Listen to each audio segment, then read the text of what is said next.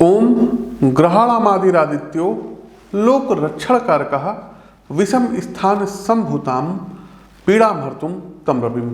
ओम जबाकुसुम समकासम काश्यपेयम महादुतिम तमो अरिम सर्वपापघनम प्रणतो अस्मिन दिवाकरम।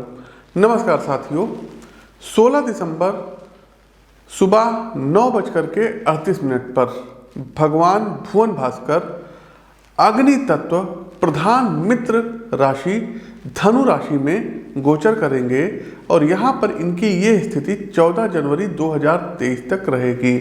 अर्थात हम ये कह सकते हैं कि भगवान भुवन भास्कर 14 जनवरी 2023 तक धनु राशि में विराजमान रहेंगे। सूर्य अर्थात जीवन को शक्ति एवं दिशा देने वाले दो प्रमुख तत्वों ऊर्जा तथा प्रकाश आदि के स्रोत। वैदिक सनातन ज्योतिष में सूर्य को आपकी आत्मा का प्रमुख कारक आधार एवं प्रतिनिधि ग्रह माना जाता है। 9 ग्रहों में सूर्य देव को राजा की पदवी या कह ले उपाधि प्राप्त है और इनकी केंद्रीय स्थिति इनके प्रभाव के विषय में सब कुछ कहती है। जन्म कुंडली में सूर्य देव की शुभ और मजबूत स्थिति आपको अधिकार आदेश देने की शक्ति एवं मान सम्मान प्रदान कराती है। साथ ही आपका आपके पूज्य पिता से संबंध कितना मधुर होगा इसका निर्धारण भी भगवान सूर्य नारायण करते हैं। जीवन के संचालन में जो प्रमुख प्राण शक्ति है उसको तपन भी इन्हीं से प्राप्त होती है, क्योंकि सूर्यदेव ऊष्मा का प्रतिनिधित्व करते हैं। अतः अग्नि तत्व प्रधान राशियों में इनकी शक्ति अधिकतम एवं जलीय राशियों में सापेक्ष रूप से थोड़ी सी कम मानी जाती है। तो आइए विस्तृत रूप से जानते हैं कि धनु राशि में सूर्य देव का गोचर सभी 12 राशियों के लिए क्या कुछ परिवर्तन लेके आया है। विस्तार से इस पर चर्चा करेंगे, आवश्यक उपाय बताएंगे। लेकिन आगे बढ़ने से पहले दर्शकों, आप लोगों से प्रार्थना है कि इस वीडियो को लाइक करते चलिए, इस वीडियो को शेयर करते चलिए, कमेंट बॉक्स में ओम सूर्य देवाय नमः कमेंट टाइप कीजिए।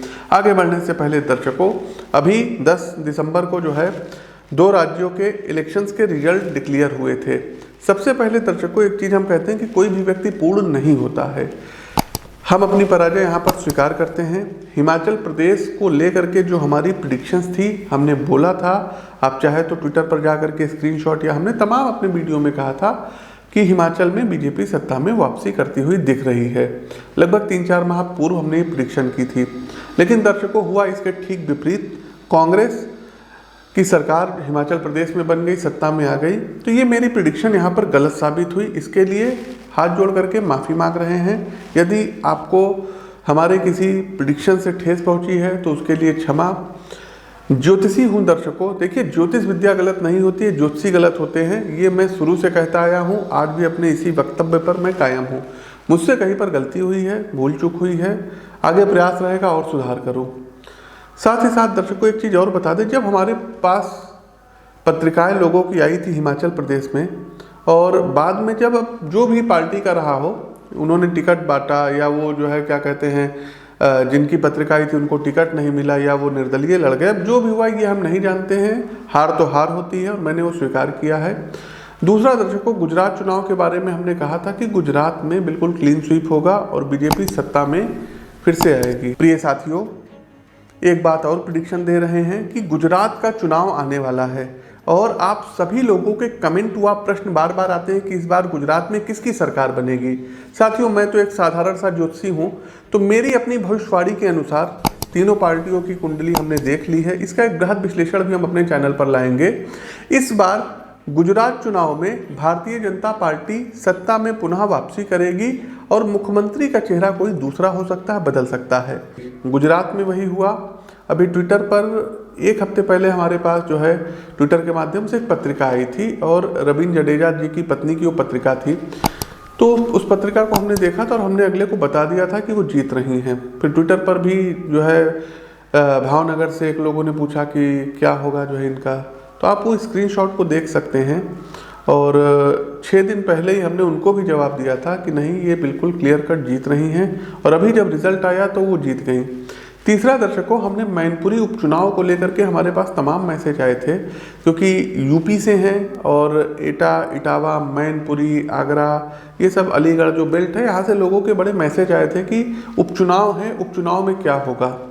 और दर्शकों, मैंने वहाँ पर भी कहा था कि डिम्पल यादव जी चुनाव जीत रही हैं, और जीत ही नहीं रही हैं, रिकॉर्ड तोड़ जीत रही हैं। आप हमारे उस ट्वीट का पहले अंश देख लीजिए। तीसरा दर्शकों, लोग कह रहे हैं कि पंडित जी आपकी दिल्ली की प्रिडिक्शन गलत हो गई। अब मैंने पहली बात तो हम किसी की सरकार बनाने की कोई प्रिडिक्शन ही नहीं किए थे। मैंने ये लिखा था उस प्रिडिक्शन में, हमें अपनी प्रिडिक्शन पे पूरा भरोसा है और हमें पता था कि आम आदमी पार्टी की सीटें सबसे ज़्यादा रहेंगी। लेकिन मैंने एक तुलनात्मक वहाँ पर विश्लेषण किया था कि इस बार बीजेपी एमसीडी में अच्छा प्रदर्शन करेगी। प्रदर्शन इन द सेंस, जैसे अब जब विधानसभा चुनाव हुआ था तो 67 सीटों वाली आम आदमी पार्टी को यदि आप देखेंगे तो एमसीडी चुनाव में उनकी काफ़ी ज़्यादा सीटें गई हैं। और दिल्ली बीजेपी के प्रदेश अध्यक्ष की हमारी कुंडली, उनकी कुंडली हमारे पास है। वहाँ के जो संगठन महामंत्री हैं उनकी पत्रिका हमारे पास है, और हमने उनको बताया भी था कि 100 से 110 सीटों के बीच में आपकी सीटें आएंगी। तमाम लोगों की हमारे पास पत्रिका भी आई थी और एग्जैक्ट पत्रिका सबकी आई थी। तो दिल्ली के प्रिडिक्शन का करने का हमारा ये सेंस था कि हाँ, बीजेपी जो है, जो पहले 3 साल जो है उनके विधायक थे, फिर 8 हुए, तो उससे बहुत अच्छा इनका प्रदर्शन रहेगा। क्योंकि जो दिल्ली में आम आदमी पार्टी की आंधी तूफान जो चल रही थी वो जा करके कहीं ना कहीं यहाँ पर थमी है। तो हमारी ये प्रिडिक्शन थी। फिर भी यदि आपको लगता है कि दिल्ली में हमारी प्रिडिक्शन गलत साबित हुई है तो फिर एक बार हाथ जोड़ करके माफ़ी मांगते, लेकिन ऐसा कोई इंटेंशन हमारा प्रिडिक्शन का नहीं था। एमसीडी वगैरह के हम प्रिडिक्शन दर्शकों नहीं करते हैं। लोकसभा का हो गया, स्टेट का हो गया, वर्ल्ड पॉलिटिक्स का हो गया, कुछ क्या कहते हैं जो प्राकृतिक आपदाएं होती है इनका जो है हम प्रिडिक्शन वगैरह किया करते हैं। एक चीज़ हम आपको बता दें, जब प्रिडिक्शन अच्छी होती है तो कोई वाहवाही नहीं मिलती है, और जब प्रिडिक्शन खराब हो जाती है तब लोग आलोचना बहुत करते हैं। आपका हक है आलोचना करने का, लेकिन दर्शकों हर एक व्यक्ति पूर्ण नहीं होता है। फिर मैंने कहा दर्शकों, यदि हमारी सारी प्रिडिक्शन सही होने लगेगी तो फिर हमारे अंदर भी अहंकार आ जाएगा और हमारे अंदर भी गुरूर आ जाएगा। तो होता है, कुछ कुछ चीज़ें होती है, कभी कभी हो सकता है हम वो चीज़ देखने में सक्षम ना हो जो चीज़ और लोग देखते हों। तो जिनकी भी प्रिडिक्शन हिमाचल को लेकर के सत्य हुई हो एस्ट्रोलॉजिकल जो है पॉइंट ऑफ व्यू से, उनको ढेर सारी शुभकामनाएं। हमारी गलत हुई है तो हम आपसे माफ़ी मांगते हैं। खैर, अपने विषय वस्तु पर आते हैं, आगे बढ़ते हैं। सूर्यदेव का ये गोचर सभी 12 राशियों के लिए कैसा रहेगा। दूसरी राशि आती है वृषभ राशि। वृषभ राशि के बंधुओं, अष्टम भाव में गोचर करते हुए सूर्य कुछ मामलों में जहां आपके अनुकूल सिद्ध होंगे, वहीं कुछ बिंदुओं पर आपको समस्याएं भी आ सकती हैं। पहला पॉइंट जहां आपको सावधान रहना होगा, सतर्कता रखनी होगी, वो ये है स्वास्थ्य। अपने खाने पीने का, हृदय एवं आँखों का खास ध्यान अब आपको रखना होगा। साथ ही साथ तली भुनी चीज़ों को अवॉइड करिएगा। गोचर कालखंड की इस अवधि में यदि आपने अपने स्वास्थ्य को लेकर थोड़ी भी कोताही बरती तो विकट समस्या रूप ले सकती है। ठंड के कारण आपको हड्डियों में, बैक में पेन हो सकता है, आपके जॉइंट्स में प्रॉब्लम आ सकती है।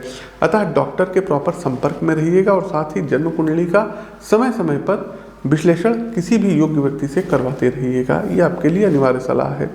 जो लोग शोध अर्थात रिसर्च रिलेटेड स्टडी वर्क सूर्य की जो है कृपा से प्राप्त करना चाहते हैं, उनकी जो अवधि है अब वो पूर्ण होगी। पीएचडी आपकी थीसिस कोई सबमिट हो जाएगी। साथ ही साथ अब आपको सकारात्मक परिणाम प्राप्त होगा।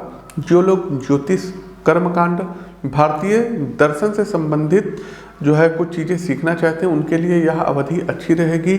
आप लोगों को किसी अच्छे आचार्य का, किसी अच्छे जो है प्रोफेशनल यूनिवर्सिटी वगैरह में दाखिला प्राप्त होगा।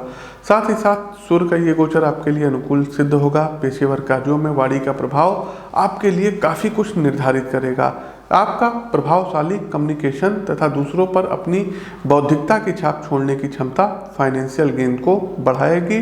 धन की अच्छी आमद अब रहेगी। उपाय के तौर पर साथियों, आप लोगों को चाहिए कि रविवार के दिन उपवास रखिए, व्रत रहिए। साथ ही साथ गायत्री मंत्र का 108 बार जाप करिए, प्रतिदिन लगाइए। तो साथियों, ये तो था सूर्यदेव का धनु राशि में गोचर का सभी 12 राशियों पर फल। कैसा लगा कमेंट बॉक्स के माध्यम से अवगत कराइए। और फिर कह रहे हैं दर्शकों, प्रेडिक्शन होती है, कोई यहाँ पर जो है इंसान ही है, मानवीय भूल हुआ करती है। फिर आपसे एक बार क्षमा प्रार्थी है कि आपको जो भी मतलब लगा हो कि हमारी प्रिडिक्शन से आप आहत हुए हों, तो उसके लिए हाथ जोड़ करके माफ़ी है। लेकिन दर्शकों, और भी प्रिडिक्शन ठीक हुई है। कारण क्या होता है, मैं अपना कोई बचाव नहीं कर रहा हूँ, कोई एक्सक्यूज़ नहीं दे रहा हूँ। गलत है तो गलत को मैं कह रहा हूँ कि मेरी गलती है। लेकिन 3 महीने 4 महीने पहले प्रिडिक्शन देना और उसके बाद में जो नेता बीजेपी में हो वो पार्टी बदल के कांग्रेस में चले जाएं, या कांग्रेस के लोग बीजेपी में चले जाएं, आम आदमी पार्टी, हमको इससे कोई मतलब नहीं है। तो दर्शकों, प्रिडिक्शन है, प्रिडिक्शन गलत सही होती रहती है, और इसको किसी प्रकार से अपने दिल पर अन्यथा में मत लीजिएगा। साथ ही साथ कोई सरकार कहीं की बने, हमको इससे कोई फर्क नहीं पड़ता है। हमने पूर्व में भी कहा है कि कोई नृप होए हमें कहानी, चाहे बीजेपी आए, चाहे कांग्रेस आए, चाहे आम आदमी पार्टी आए, जब ज्योतिष करने बैठते हैं दर्शकों, तो जो हमको प्रिडिक्शन लगती है, जो दिखता है, वही दर्शकों हम बोलते हैं, और लगभग अभी तक वही सही होता आया है। कुछ चीज़ों में गलती हुई है, उत्तराखंड में गलती हुई थी, मैंने वहाँ माफ़ी मांगी थी, हिमाचल में हुई है, मैंने वहाँ भी आपसे माफ़ी मांगी है। तो साथियों, हमारा प्रस्तुत कार्यक्रम कैसा लगा कमेंट बॉक्स के माध्यम से अवगत कराइए। नए हैं तो चैनल को सब्सक्राइब करिए, बेल आइकन दबाइए। अपनी वाणी को विराम देते हुए ज्योतिष के इस मंच से मैं पंडित आशीष वत्स आप सभी प्रबुद्ध दर्शकों से विदा लेता हूँ। नमस्कार, राम राम।